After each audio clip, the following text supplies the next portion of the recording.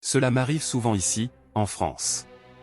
Ils me disent, vous parlez bien français, et je sais très bien qu'ils sont simplement polis, car si je parlais vraiment bien français, ils ne reconnaîtraient pas dès le premier mot que je suis un étranger qui massacre la langue de Molière. Et dès la deuxième phrase, ils me demandent généralement, d'où venez-vous? Je viens de République tchèque. D'où exactement?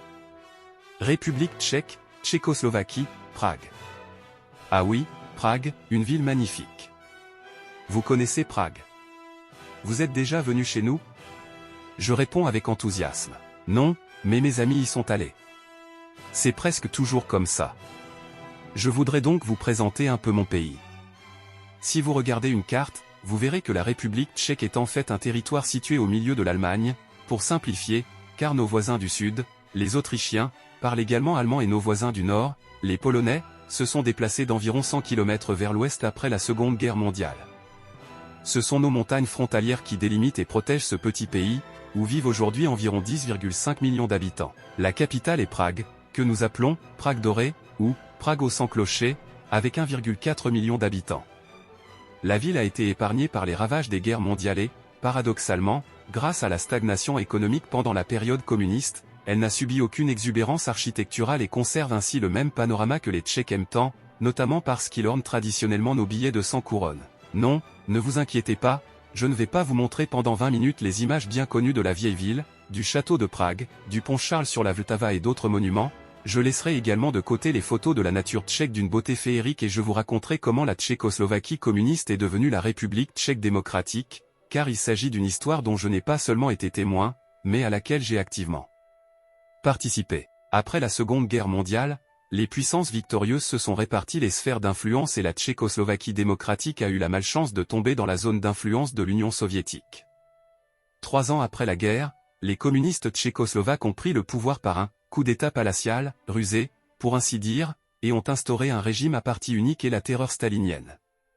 Les anciens politiciens démocrates ont été soit directement exécutés, soit condamnés à des décennies de prison. Après la mort de Staline, un léger assouplissement s'est produit tant en Union soviétique que dans ses satellites. On dit que les années 60 ont été une période relativement libre qui a abouti au printemps de Prague de 1968, période durant laquelle les communistes tchécoslovaques ont tenté de s'émanciper de l'influence soviétique. On a même commencé à débattre de la possibilité d'autoriser d'autres partis politiques, le pays était en passe de devenir démocratique. Les soviétiques savaient que la Tchécoslovaquie pourrait servir d'exemple à d'autres pays de la zone soviétique, et ils ont donc décidé de prendre des mesures énergiques. Les troupes soviétiques ont envahi la Tchécoslovaquie. Un matin, nous nous sommes réveillés et des chars russes se trouvaient sous nos fenêtres. J'avais 9 ans à l'époque et mon père m'a dit de me souvenir de ce qu'ils nous avaient fait. J'étais un garçon obéissant, je me souviens donc de cette image comme si c'était hier. Puis est venue la période dite de « normalisation ». Mais les dirigeants imposés par les soviétiques n'ont procédé à aucune purge, à aucun assassinat politique, et même ceux qui s'étaient engagés politiquement pendant le printemps de Prague n'ont pas été poursuivis ni emprisonnés. Seulement, entre guillemets, ils n'ont pas été autorisés à exercer leur métier, les enseignantes sont devenues femmes de ménage et les écrivains chauffeurs. Ma mère, médecin, a été licenciée de l'Institut de recherche et a eu la chance de pouvoir exercer en tant que médecin généraliste et, au lieu de faire de la recherche scientifique, elle prescrivait de l'acylpyrine. Les gens se sont repliés sur leur famille, leur chalet de week-end et leur jardin, car il était de bon ton de ne pas s'engager. C'est dans cet environnement schizophrénique que j'ai grandi et fait mes études. Pourquoi schizophrénique? Ce dont on parle à la maison reste à la maison, tu ne dois en parler nulle part en public. L'État prenait de plus en plus de retard sur le plan économique, les gens ne faisaient pas beaucoup d'efforts au travail et la devise était « qui ne vole pas vole sa famille », ce qui signifiait le vol de petits biens appartenant à des entreprises publiques. Le miracle tchécoslovaque, on volait partout et rien ne manquait nulle part. Et pas seulement en Tchécoslovaquie.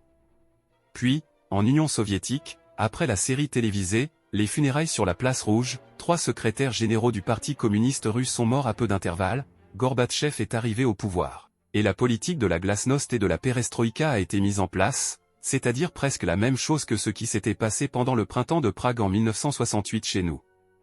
Des changements ont eu lieu en Union soviétique, mais les communistes tchécoslovaques ont rejeté toute réforme. Puis, à l'automne 1989, le mur de Berlin est tombé et peu après, le 17 novembre, une manifestation étudiante a eu lieu à Prague, qui a été très brutalement dispersée par la police. J'étais alors jeune professeur à l'Université technique de Prague, et j'ai donc participé à la manifestation. Non pas que j'étais très engagé politiquement, mais mes étudiantes m'ont convaincu. J'avais 30 ans, et j'aurais fait n'importe quoi pour les beaux yeux de mademoiselle Martina. C'est ainsi que je suis devenu, un peu par hasard, un révolutionnaire de notre révolution de velours. Pourquoi de velours? À part le massacre de plusieurs centaines d'étudiants le premier jour, il n'y a plus eu de violence, d'aucun côté. Et il faut mentionner ici un élément essentiel dont on ne parle pas beaucoup. Pourquoi le régime communiste s'est-il effondré comme un château de cartes? Pourquoi le peuple s'est-il soudainement soulevé comme un seul homme? Tout cela a été causé par un élément fondamental, que nous appellerions aujourd'hui de la désinformation, des fake news. La manifestation étudiante a eu lieu le vendredi, et le samedi après-midi, Radio Europe Libre a diffusé l'information selon laquelle un étudiant avait été tué lors d'une intervention des forces de l'ordre. Cela a fait bondir nos pères de leur fauteuil. La société schizophrène a soudainement commencé à parler en public comme on parlait à la maison. Ces salauds ne tueront pas nos enfants, s'est énervé notre père. Vous ne pouvez pas accepter cela, et dès lundi, toutes les universités du pays ont déclaré la grève, les théâtres se sont joints au mouvement et tout s'est ensuite déroulé à une vitesse incroyable. Notre slogan était « Qui, si ce n'est nous, quand, si ce n'est maintenant ?» Et nous chantions « Nous sommes la révolution joyeuse », les chansons sont notre résolution. Puis, lors des premières élections libres depuis la guerre, les communistes ont obtenu moins de 6% des voix, Václav Havel a été élu président et nous avons commencé à construire un État démocratique. Restitution, c'est-à-dire restitution des biens nationalisés aux héritiers des propriétaires d'origine et privatisation des biens de l'État, retour en Europe. Et d'où est donc sortie la République tchèque? Eh bien, voilà comment ça s'est passé. La Tchécoslovaquie était un État composé de deux nations, les Tchèques et les Slovaques, dont les langues étaient très proches. Même les petits-enfants n'avaient pas besoin d'apprendre la langue du peuple voisin, nous nous comprenions tout simplement. Les émissions de télévision, par exemple, étaient réparties à parts égales. Mais avec l'avènement de la démocratie, des voix séparatistes ont commencé à se faire entendre en Slovaquie, quelques politiciens aspirant à plus de pouvoir. Ils préféraient être Premier ministre d'une petite Slovaquie plutôt que vice-premier ministre de la Tchécoslovaquie. Le système politique était fédéral, une partie de la Chambre des députés comptait un nombre de représentants proportionnel à la population, soit 2 pour 1, en faveur des Tchèques, l'autre partie était à parts égales, afin que la nation la plus importante ne puisse pas l'emporter sur la plus petite. Et cette partie de la Chambre, grâce aux exigences slovaques, bloquait tout. Il en est résulté une situation où seulement 16% environ des Slovaques réclamaient un État indépendant, mais ils étaient si bruyants et politiquement puissants que, malgré la volonté de la majorité, les responsables politiques ont décidé que, le 1er janvier 1993, la Tchécoslovaquie serait divisée en République tchèque et République slovaque, les relations entre les deux pays restant exceptionnelles, et que les citoyens des deux pays auraient exactement les mêmes droits dans le pays voisin.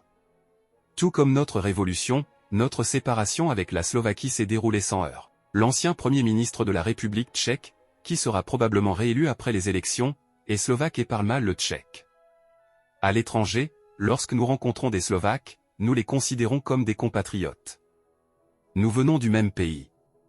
La République tchèque est membre de l'OTAN depuis 1999 et de l'Union européenne depuis 2004.